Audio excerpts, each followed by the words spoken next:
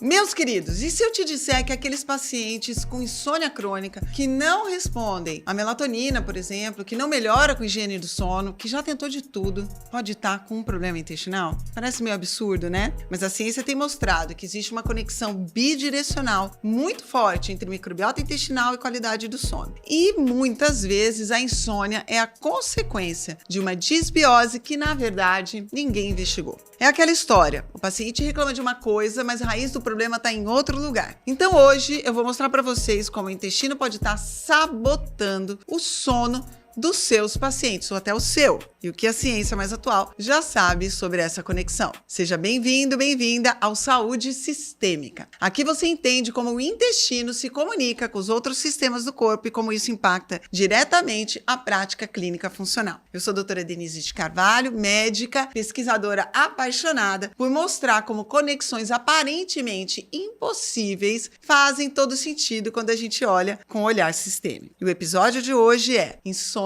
pode vir do intestino? O que a ciência já sabe sobre microbiota e sono. Se esse conteúdo faz sentido para você, curte esse vídeo, se inscreve no canal e compartilha com outras pessoas, com outros colegas que precisam ouvir sobre isso. Porque quando a gente entende que sono e intestino podem conversar, a gente ganha uma ferramenta poderosa para tratar uma insônia refratária, né? Então vamos lá, meus queridos.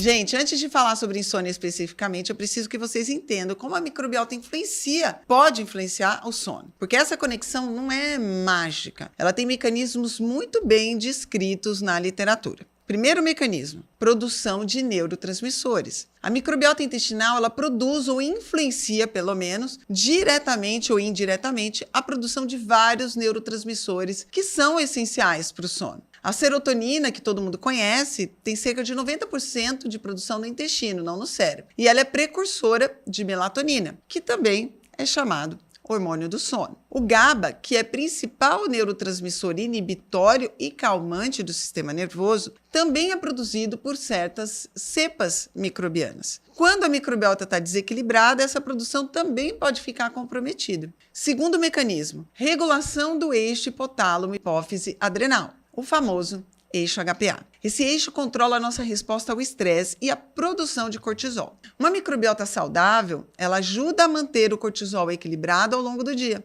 ou seja, alto pela manhã e baixo à noite. Mas quando a gente tem uma disbiose, esse ritmo pode ficar invertido e aí o paciente não consegue relaxar à noite. Terceiro mecanismo, influência nos ritmos circadianos. Segundo uma revisão sistemática de 2024, publicada no PMC por Wang e colaboradores, existe uma relação bidirecional entre microbiota e sono, onde a composição microbiana influencia os ritmos circadianos e, ao mesmo tempo, é influenciada por eles. Então, pega o caderninho. A microbiota funciona como uma orquestra que ajuda a tocar o relógio biológico. Quando a orquestra está desafinada, o relógio biológico também pode ficar confuso e o resultado é um sono desregulado. Um estudo de 2022, publicado no PubMed por Xu e colaboradores, descreveu como o eixo microbiota intestino-cérebro participa ativamente da regulação do sono através de múltiplas vias, incluindo o metabolismo do triptofano, como a gente falou da serotonina e melatonina, produção de ácidos graxos de cadeia curta e regulação da inflamação sistêmica. É um sistema complexo, mas o que vocês precisam entender é: intestino saudável favorece o sono saudável e intestino desequilibrado pode sabotar o sono. Como eu falo no meu livro, Você Tem Merda na Cabeça. Agora vamos entender especificamente como a disbiose prejudica o sono. Porque não é só, o intestino tá ruim, então o sono fica ruim. Tem uma cascata de eventos acontecendo aí, meus queridos. Primeiro, inflamação de baixo grau. A disbiose vai gerar uma inflamação crônica sutil através do aumento de lipopolissacarídeos circulantes. Esses lipopolissacarídeos ativam o sistema imune e elevam a produção e liberação de citocinas inflamatórias, como a interleucina 6 e o TNF-alfa. E essas citocinas interferem diretamente na arquitetura do sono, reduzindo o sono profundo e fragmentando o chamado sono REM. Segundo, aumento da permeabilidade intestinal. Quando a barreira intestinal fica mais permeável, mais substâncias inflamatórias podem chegar à circulação sistêmica. Isso vai manter o organismo como um todo num estado de alerta inflamatório. que é incompatível com o relaxamento necessário para o sono de qualidade. Terceiro, desregulação do cortisol. A disbiose interfere no eixo HPA, fazendo com que o cortisol não siga o seu ritmo natural. O paciente pode ter cortisol alto à noite, quando ele deveria, na verdade, estar baixo. E isso impedir o início do sono. Então, principalmente naqueles pacientes que têm uma insônia, que tem um tempo de latência para o sono muito largo. Ou você pode ainda ter um cortisol muito baixo pela manhã, causando aquela fadiga ao acordar, mesmo tendo dormido. Quarto, comprometimento da produção de melatonina. Como a síntese da melatonina depende da serotonina e a serotonina depende do triptofano, e o metabolismo do triptofano depende do intestino e da microbiota, quando ela está alterada, toda essa cascata pode ficar prejudicada. E aqui entra um ciclo vicioso que é muito perverso. A disbiose piora o sono ruim piora a disbiose. Por quê? Porque a privação do sono altera a composição de microbiota, reduz a diversidade microbiana e aumenta a densidade de bactérias pró-inflamatórias. Então isso vai virando, meus queridos, tipo uma espiral, né? Onde um problema alimenta o outro, né? Uma bola de neve, né? E isso vai ficando cada vez maior. Então, pega o caderninho. Sono ruim leva a disbiose. Disbiose leva a sono ruim. E assim o ciclo se perpetua. Quebrar esse ciclo vai exigir atacar os dois lados ao mesmo tempo. Então, como é que eu vou saber quando a insônia do meu paciente ou a minha insônia pode ter uma origem intestinal? Existem alguns sinais clínicos que devem ligar o seu alerta. O primeiro sinal, o sono está muito fragmentado, com múltiplos despertares noturnos, especialmente entre 2 e 4 da manhã. Esse padrão pode indicar uma desregulação do cortisol e uma inflamação sistêmica, ambos relacionados à disbiose. Principalmente, meus queridos, quando você acorda de madrugada para evacuar. Isso não é normal. Segundo sinal, melatonina não funciona como suplemento ou pior, pode até piorar o sono. Se o seu paciente ou se você usa melatonina de forma suplementar, mas não tem uma resposta adequada, pode ser que o problema não seja a falta da melatonina, mas sim o ambiente inflamatório que impede a melatonina de agir de forma correta, ou desviando o ciclo da melatonina para o ciclo da quinurenina. Terceiro sinal, insônia acompanhada de sintomas digestivos. Então, distensão abdominal, gases, alterações de trânsito intestinal, sensação de digestão lenta, refluxo. Quando insônia e sintomas digestivos aparecem juntos, a probabilidade de envolvimento desse intestino é maior. Quarto sinal, insônia que piorou após o uso de antibióticos. Esse sinal é muito importante, tá? Ou após algum quadro, por exemplo, de uma gastroenterocolite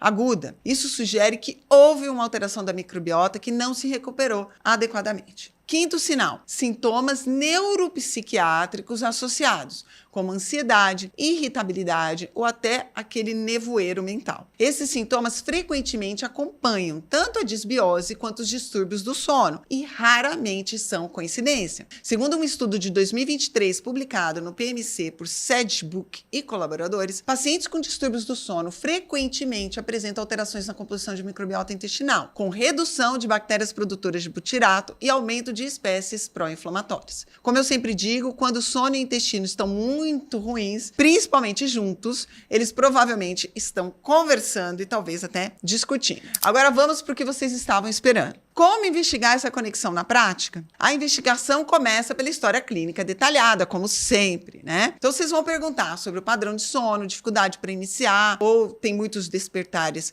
noturnos frequentes, um sono que não repara. Investiga também, óbvio, o histórico digestivo. Quando esses sintomas começaram, como é que estavam os intestinos? Eles vieram antes ou depois da insônia, os sintomas intestinais? Houve uso recente de antibióticos, anti-inflamatórios ou medicações inibidoras de ácido?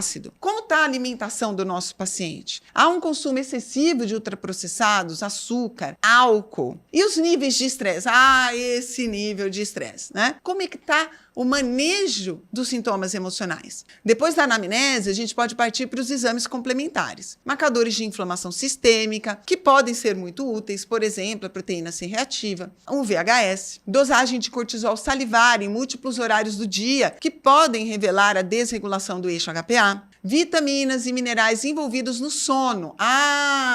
Pega o caderninho, esses são importantes. Magnésio, vitamina D, vitaminas do complexo B, principalmente vitamina B6, que participa da síntese da serotonina. E eu posso pedir também marcadores fecais, como a calprotectina fecal e um exame coprológico funcional. A zonulina sérica ou fecal pode ser também solicitado como um marcador de permeabilidade intestinal. E mais uma vez, quanto aos testes de microbiota, eles até podem ser úteis, mas não são essenciais e não são necessários para direcionar tratamento de forma específica. Mas lembrem-se, o teste de microbiota não diagnostica, obviamente, insônia. Ele pode até mostrar um perfil microbiano que poderia, vamos dizer, justificar esse quadro, tá? Mas a interpretação de um exame de microbiota, ela sempre tem que ser contextualizada. E, além de tudo, a gente não tem determinado o que é uma microbiota normal. Então, se você quiser gastar o seu dinheiro, não seja com isso, ok? Pega o caderninho. O erro comum, então, é pedir um monte de exame sem construir primeiro essa hipótese clínica. E, para mim, o acerto é construir o raciocínio primeiro, usar a anamnese para direcionar e depois, se necessário, complementar com exames que vão confirmar ou refinar essa suspeita, principalmente os exames de nutrientes. E agora vem uma parte bem importante. O que fazer quando você identifica essa conexão entre disbiose e insônia? A abordagem vai precisar ser integral, atacando os dois lados do problema simultaneamente. Então, a gente vai começar, obviamente, pela alimentação, que é sempre a base de um tratamento de microbiota. Uma dieta rica em fibras fermentáveis, pré-bióticos naturais, como o psílio, favorece a produção de ácidos graxos cadeia curta, especialmente o butirato, que tem ação anti-inflamatória e ajuda a regular o eixo intestino-cérebro. Alimentos ricos em triptofano podem ser interessantes, porque ele é precursor da melatonina e da serotonina. Então, a gente vai pensar nesses casos,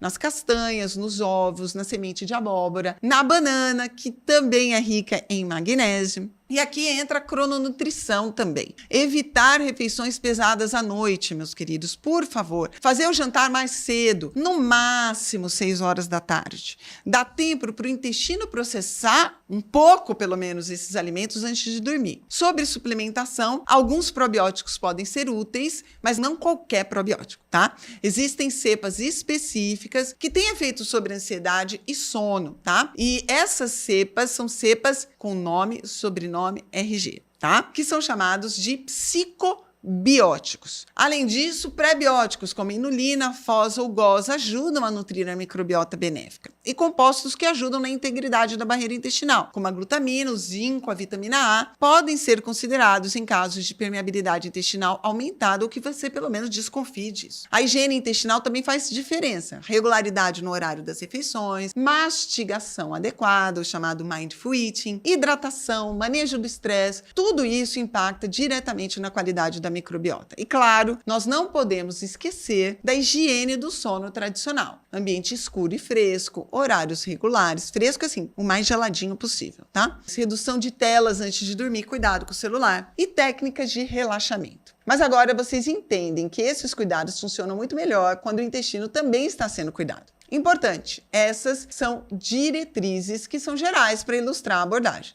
Cada prescrição vai ser individualizada conforme as necessidades e condições específicas de cada pessoa. Como eu sempre digo, tratar insônia ignorando o intestino é perder uma oportunidade terapêutica valiosa.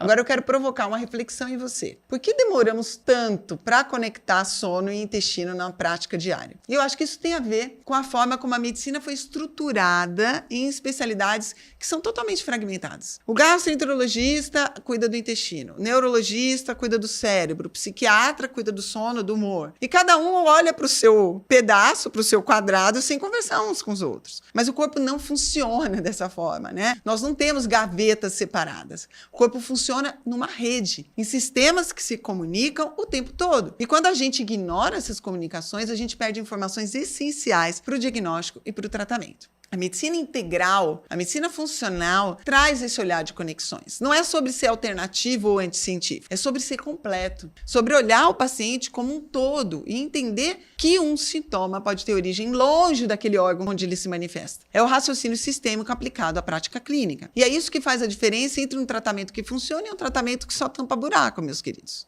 Então, chegamos ao final de mais um episódio do Saúde Sistêmica. Então, vamos recapitular aqui o que conecta a microbiota e o sono? 1. Produção de neurotransmissores, como serotonina e GABA. Regulação do eixo HPA e do cortisol. Influência dos ritmos circadianos e controle da inflamação sistêmica. Quando a microbiota está desequilibrada, todos esses mecanismos vão ficar prejudicados. E o resultado é um sono ruim, que perturba a ecologia microbiana num ciclo vicioso. Então lembrem-se, insônia refratária pode ter origem intestinal. Sono fragmentado com sintomas digestivos é sinal de alerta. Melatonina que não funciona também pode indicar uma inflamação sistêmica e intestinal. Tratar o intestino pode ser a chave para resolver a insônia. Próxima vez que um paciente chegar com queixa de insônia crônica, pergunta então sobre os intestinos. Investiguem essa conexão. Pode ser que vocês descubram a resposta que nenhum outro profissional tinha encontrado. Se esse conteúdo fez sentido para você, curte o vídeo, comenta aqui embaixo. Se já suspeitou dessa conexão na sua prática clínica, se inscreve no canal e compartilha com colegas da área, porque medicina que pensa em sistemas é medicina que resolve. Mamãe ama vocês. Até a próxima.